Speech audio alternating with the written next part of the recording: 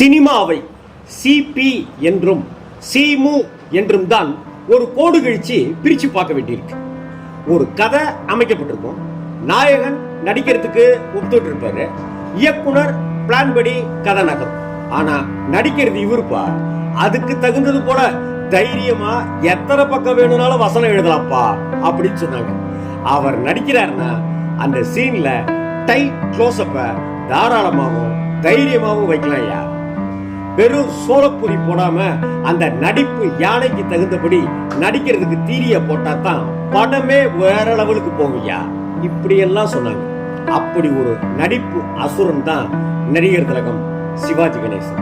அதனாலதான் சிபி சிவாஜிக்கு பின், சிமு சிவாஜிக்கு முன் அப்படின்னு பகுத்து பிரிச்சு பகுத்து சினிமாவை பார்த்தாங்க, பார்த்துக்கிட்டே இருக்காங்க ரசிகர்கள். என்னப்பா அந்த பையன் மத்தலும் தொத்தலுமா இருக்கானேப்பா, இவ்வளவு பெரிய கேரக்டரை அந்த பையன் தாங்குவானா அப்படின்னு முதல் படத்துல நடிச்சிட்டு இருக்கும் போதே சந்தேக கொண்டு பார்க்கப்பட்டுச்சு. இவர் தான் இந்த கேரக்டர் பண்றாரு, எனக்கு நம்பிக்கை இருக்குன்னு ஒரு பக்கம் உறுதியாகவும் சொல்லப்பட்டுச்சு. ஓடினாள் வாழ்க்கையின் ஓரத்துக்கே ஓடினாள்னு இவருடைய குரல்ல வசனங்கள் சும்மா தெரிச்சு விழுந்துச்சு. மிரண்டு போனாங்க, வியந்து போனாங்க, கைத்தட்டி ஓய்ந்து போகிற ரசிகர்கள்.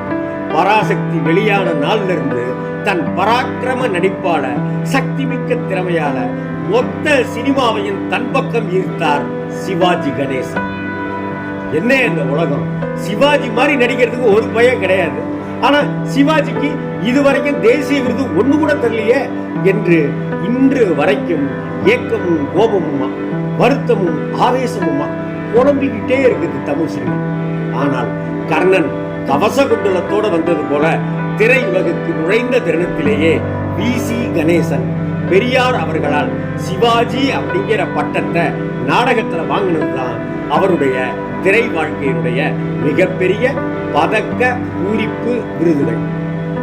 கணேசன் சிவாஜி கணேசன் ஆனார், சிவாஜி கணேசன் நடிகர் திலகமானார். இதையெல்லாம் விட அரசியல் கலப்பு இல்லாத அக்மார் விருது, ISO தரச்சான்றிதழ் கொண்ட விருது, 916 KTM கொண்ட விருது வேற எந்த விருதா இருக்க முடியும்? அனல் பறக்கும் வசனங்கள் அப்படின்னு அந்த காலத்துல ஒரு வார்த்தை உண்டு. சினிமா விளம்பரத்திலேயே அனல் பறக்கும் வசனங்கள்னு போடுவாங்க. வசனங்கள் பஞ்சு மாதிரின்னா சிவாஜியோட உச்சரிப்பு நெருப்பு மாதிரி. சிவாஜி பேசினார், தியேட்டர்ல அனல் பறந்துச்சு, 1000 பாலாவா கரவுளி எழுந்துச்சு. அதற்கு முன்னாடி எப்படியோ சிவாஜி வந்த பிறகு நடிக்க சான்ஸ் கேட்டு வருவோரையும், நடிக்க தேர்வுக்கு வருவோரையும், எங்க சிவாஜி சார் பேசுற வசனம் ஏதாவது பேசி காட்டுங்க அப்படின்னு தான் சொன்னாங்க. இவங்க கேட்காட்டினால் கூட வானம் பொழிகிறது, பூமி நனைகிறது அப்படிங்கிற வசனத்தை மனப்பாடம் செஞ்சுட்டு வந்து பேசி நடிக்க சான்ஸ் கேட்டவங்க எத்தனை பேரும். கோவிலில் குழப்பம் விளைவித்தேன், ஆம் கோயில் கூடாது என்பதற்காக அல்ல, கொடியவர்களின் கூடாரம் ஆகிவிடக் கூடாது என்பதற்காக அப்படின்னு பேசி நடிச்சு காட்டினாங்க எத்தனையோ பேர். சிவாஜிக்கு முந்தைய காலத்திலையும் டிக்ஷனரி இருந்துச்சு. அதுல ஆக்டிங் அப்படிங்கிற இடத்துக்கு நேராக நடிப்பு அப்படின்னு மொழிபெயர்த்திருந்தாங்க. ஆனா சிவாஜி அவர்கள் வந்த பின்னாடி ஆக்டிங், நடிப்பு அப்படிங்கிற வார்த்தைக்கு நேராக சிவாஜி கணேசன் அப்படின்னு டிக்ஷனரி சொல்ல ஆரம்பிச்சு. ஒரு கட்டத்துல நடிப்போட மொத்த டிக்ஷனரியிலே விஸ்வரூபம் எடுத்தார் சிவாஜி கணேசன். தோசையில ஆனியன், ரவா, மைதா, ஊத்தப்பம், பொடி தோசை அப்படின்னு பல தோசைகள் உண்டு தானே. பணக்கார கேரக்டர்னா 100 விதமான கேரக்டர்ல முகங்களை மாத்துவார் சிவாஜி கணேசன். அந்த நாள் சிவாஜி ஒரு டைப், உயர்ந்த மனிதன் சிவாஜி இன்னொரு டைப், பார்மகளே பார் பணக்கார சிவாஜி வேறு ஒரு விதம், தெய்வ மகன்ல இருக்கிற அலட்டல் நிறைந்த கர்வம் கொண்ட பணக்கார சிவாஜி இன்னொரு மாதிரி. மீண்டும் உயிர் பெற்று வருவதுங்கிறது கதையிலையும் சரித்திரத்திலையும் புராணத்திலும் சாத்தியப்படலாம். ஆனா சிவாஜி நடிச்சா கட்டபொம்மன் டென்ட் கொட்டக திரைக்குள்ளார வந்துட்டு போவார். கோவை சிறையில செக்கிழுத்த வாவு சிதம்பரம் கோடம்பாக்கத்துல வந்து செக்கிழுத்து போவார். சிந்து நதி மிசை நிலவினிலே அப்படின்னு KS கோபாலகிருஷ்ணனுக்காக மகாகவி பாரதியார் காட்சி கொடுத்து நடிச்சு கொடுத்து போனார். சைவ வைணவ வேதம் இல்லாமல் திருமங்கை ஆழ்வாரும் பிறந்தும் நடந்தும் வருவார். அப்பர் பெருமானும் ஆடியும் அசைந்தும் வருவார்.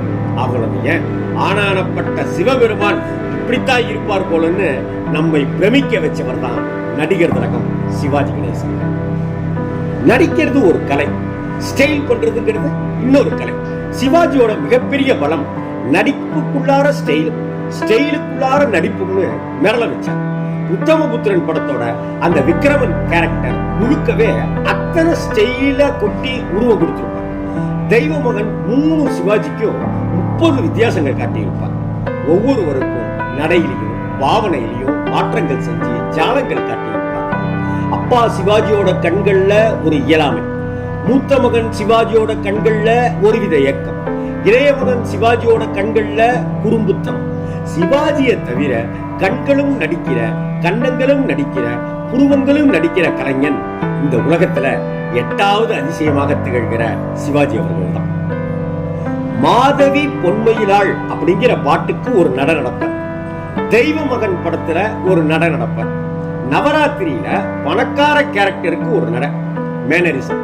குரங்கைய கட்டிக்கிட்டு பிரஸ்டீஜ் பத்மநாபன் கேரக்டருக்கு ஒரு நட. அந்த நாள் ஞாபகம் வந்ததே அப்படின்னு 2 கைகளையும் லேசா தூக்கிக்கிட்டு கால்களில் ஒரு பாவனையோட ஓடி வருவதற்கு ஒரு நடை. டிஎஸ்பி சௌத்ரிக்கு ஒரு நடை. தோல் துண்டை பிடிச்சுக்கிட்டு பவ்யமாக வருகிற சிக்கல் சண்முக சுந்தரத்துக்கு ஒரு நடை. சகலத்தையும் இழந்து மனிதன் நினைப்பதுண்டுன்னு பாடுறதுக்காக ஒரு நடை. பூங்காற்று திரும்புமா அப்படிங்கிற பாட்டுக்குள்ள நடந்து வருகிற ஊர் பெருசாக ஒரு நடை. 22 ரீல் திருவிளையாடல் படத்துல ஒரே ஒரு சீன் கடற்கரையில நடந்து வருவாரு. அந்த நடைய பார்க்க நடையாய் நடந்து 30-40 தடவை பார்த்த ரசிகர்கள் எல்லாம் இங்க உண்டு. மாடிப்படியில ஒவ்வொரு விதமா ஏறுவார் சிவாஜி, பல 100 விதமா இறங்குவார்.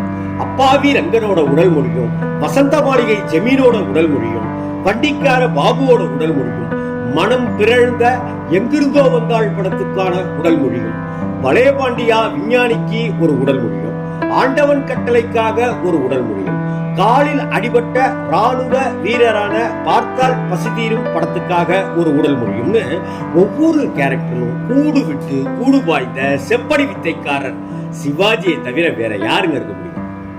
சிகரெட் பிடிப்பதாக இருந்தாலும் வெரைட்டி காட்டுவார் சிவாஜி.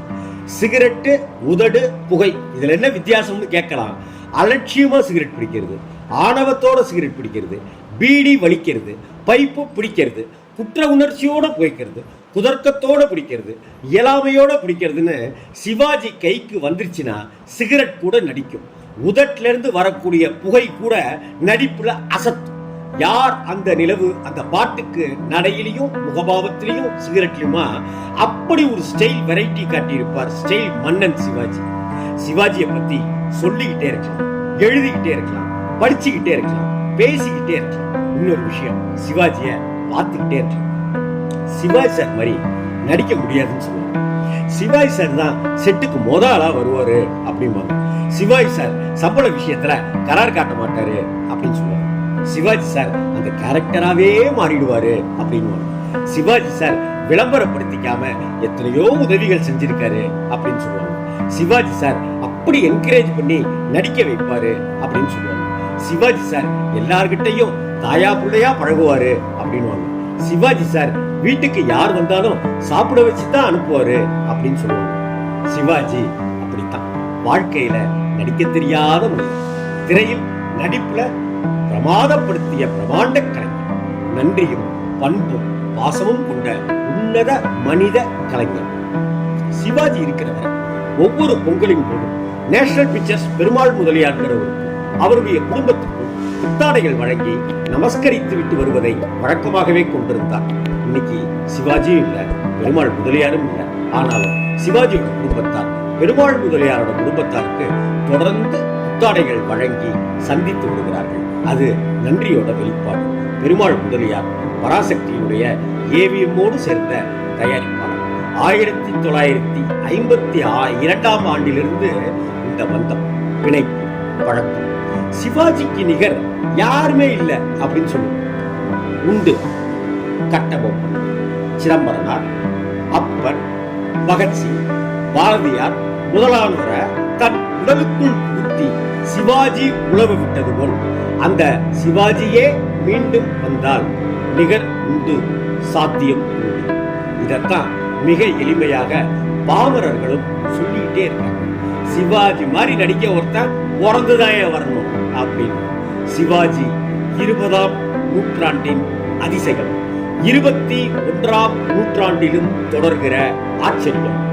எத்தனை நூற்றாண்டுகள் வந்தாலும் அவர் ஒரு சரித்திரம். சிவாஜியை கொண்டாடுவோம், நடிகர் திலகத்தை போற்றுவோம். வணக்கம். நான் உங்கள் ராம்ஜி.